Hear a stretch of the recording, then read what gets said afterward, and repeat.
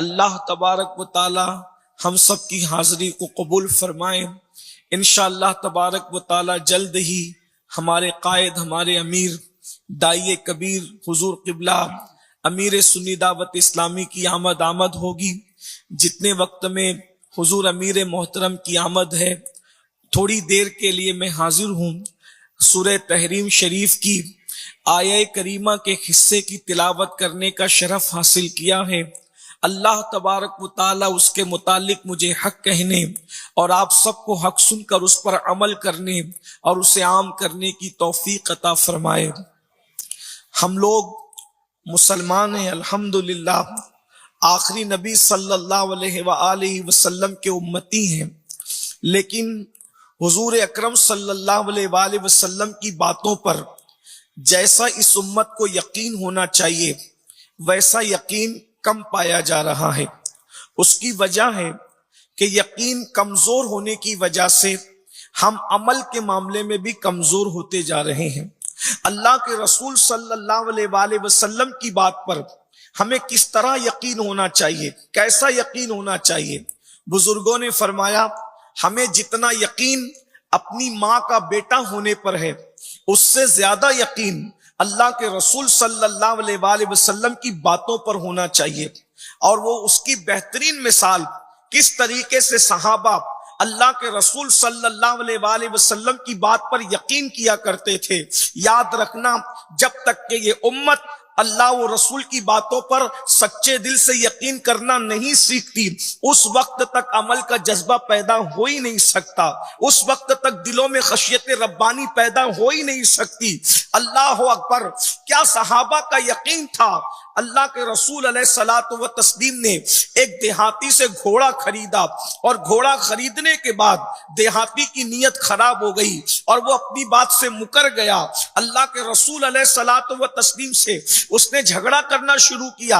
اللہ کے رسول علیہ السلام فرماتے ہیں میں نے تم سے گھوڑا خریدا، وہ کہتا ہے میں نے آپ کو بیچا ہی نہیں۔ اب اللہ کے رسول علیہ السلام نے جب سودا کیا تھا، اس وقت تو کوئی درمیان میں موجود نہیں تھا، یا تو بیچنے والا تھا یا تو حضور خریدنے والے تھے۔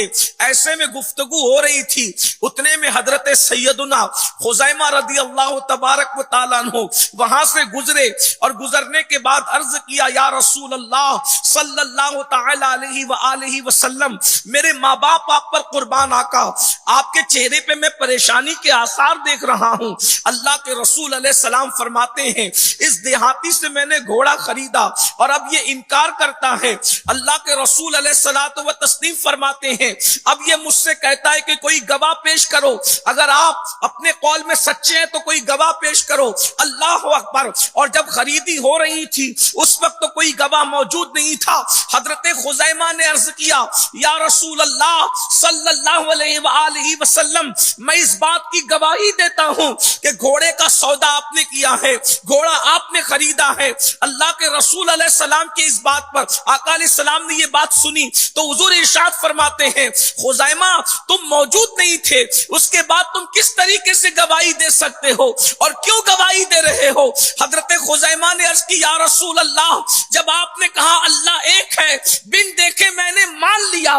آپ زمین پہ بیٹھ کے آسمان کی خبر دیتے ہیں، جب میں اس کو مان لیتا ہوں، اتنی بڑی بات جب میں نے آپ کی مانی ہے تو گھوڑا خریدنے کی بات تو چھوٹی سی ہے، میں اس کا انکار کیسے کر سکتا ہوں؟ اللہ کے رسول علیہ السلام نے اس یقین کی بنیاد پر ان کو یہ انعام عطا فرمایا خزیمہ آج کے بعد تیری گواہی دو مردوں کے برابر قرار دی جاتی ہے۔ یعنی اللہ اکبر!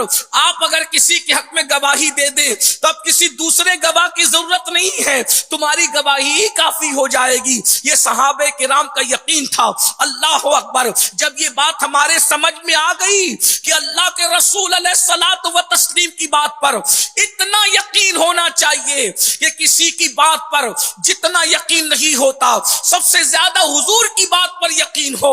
اللہ اکبر. جب یقین پیدا ہوگا انسان خود بخود گناہوں سے محفوظ ہوگا. جب یقین پیدا ہوگا اس کے دل میں نیکیوں کا جذبہ پیدا ہوگا. اس لیے کہ یقین کی بات ہے. اب جب یقین کی بات ہے, حضور کی زبان سے جو نکل جائے پتھر کی لکیر سے بھی زیادہ مضبوط ہے. اللہ کے رسول کی زبان سے جو نکل جائے, بلکہ یہاں تک عشاق کہتے ہیں اگر وہ دن کے وقت کہہ دے کہ رات ہے تو امتی پر لازم ہے کہ وہ دن کو رات ماننے کے لیے تیار ہو جائے, کیونکہ ہماری آنکھیں خطا کر سکتی ہے. مصطفیٰ جان رحمت کی زبان کبھی خطا نہیں کر سکتی, کیونکہ وہ اپنی مرضی سے نہیں کہتے. وما ينطق عن الهوى ان هو الا وحی یوحى. وہ جو کچھ کہتے ہیں زبان ان کی ہے, کلام خداوند قدوس کا ہے. انہوں نے اپنی مرضی سے کبھی بات ہی نہیں کہی. اب بتاؤ, جب حضور علیہ السلام کی بات پر اتنا یقین پیدا ہو تو اب وہ رسول صلی اللہ علیہ وآلہ وسلم اب خود 1450 سال پہلے فرما رہے ہیں جب یقین پیدا ہوگا تب حضور کی باتیں سنو, آقا علیہ السلام کی باتیں سنو. اللہ کے رسول صلی اللہ علیہ وآلہ وسلم فرماتے ہیں کہ جہنم ہے اور جہنم کے اندر ایک وادی ہے, اس وادی کو وادی غی کہتے ہیں. یہ اللہ کے رسول کا فرمان ہے. یاد رکھنا, انہوں نے جو کہہ دیا وہ ہو کر کے رہے گا. انہوں نے جس کے لیے عذاب بیان کر دیا وہ ہو کر کے رہے گا. تمہارے منہ سے جو نکلی وہ بات ہو کے رہی. اللہ اکبر. اب جب ان کا کلمہ پڑے ہو تو ان کی باتوں پر یقین کرنا بھی سیکھو. آقا فرماتے ہیں جہنم کے اندر ایک وادی ہے, اس وادی کو وادی غی کہتے ہیں, اور اس وادی کا حال یہ ہے, اس وادی کے اندر وادی غی کیا ہے, ایک جنگل ہے. اللہ اکبر. جہنم کا جنگل ہے. اللہ اکبر. وادی غی کیا ہے, یہ جہنم کا جنگل ہے. اللہ اکبر. اگر صحراؤں میں جنگل ہو, زمین کے اوپر جنگل ہو, تو جنگل کہتے ہی اس کو ہے جس کے اندر اکیلا انسان چلے تو اس کو وحشت ہوتی ہے, اس کو خوف ہوتا ہے, وہ بے چین اور بے قرار ہو جاتا ہے. اللہ اکبر. اندازہ فرمائیں جب جہنم کا جنگل ہے تو وہ کتنا دردناک ہوگا. اور پھر میرے آقا فرماتے ہیں وادی غی میں ایک اور وادی ہے, اس وادی کو وادی حبحب کہتے ہیں. یہ وادی حبحب کیا ہے؟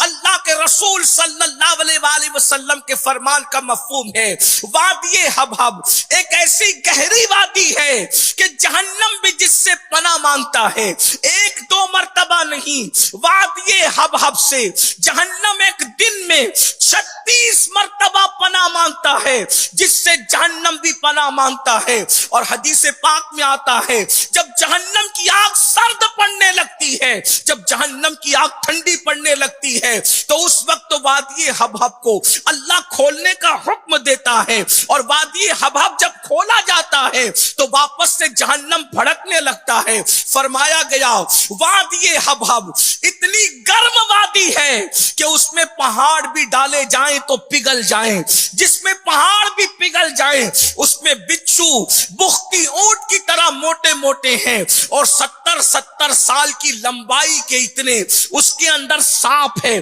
اللہ اکبر. صحابہ کرام نے سنا وہ ہماری طرح کمزور ایمان والے نہیں تھے, وہ مضبوط ایمان والے تھے, وہ اللہ کے رسول پر یقین رکھنے والے تھے. صحابہ نے سنا کہ جس سے جہنم بھی پناہ مانگے وہ وادی حبحب ہے, جس میں پہاڑ بھی پگھل جائیں وادی حبحب ہے. بختی اونٹوں کی طرح جس میں جو ہے وہ بچھو ہے وہ وادی حبحب ہے. تو صحابہ کرام نے عرض کیا یا رسول اللہ صلی اللہ تعالی علیہ وسلم, ہمارے ماں باپ آپ پہ قربان, اس وادی حبحب میں کس کو ڈالا جائے گا؟ تو اللہ کے سچے رسول صادق و مصدوق مصطفیٰ کریم رؤوف الرحیم صلی اللہ علیہ وآلہ وسلم ارشاد فرماتے ہیں 5 کم نصیب ہے جن کو وادی حبحب میں داخل کیا جائے گا. 5 کم نصیب ہے جن کو وادی حبحب میں ڈالا جائے گا.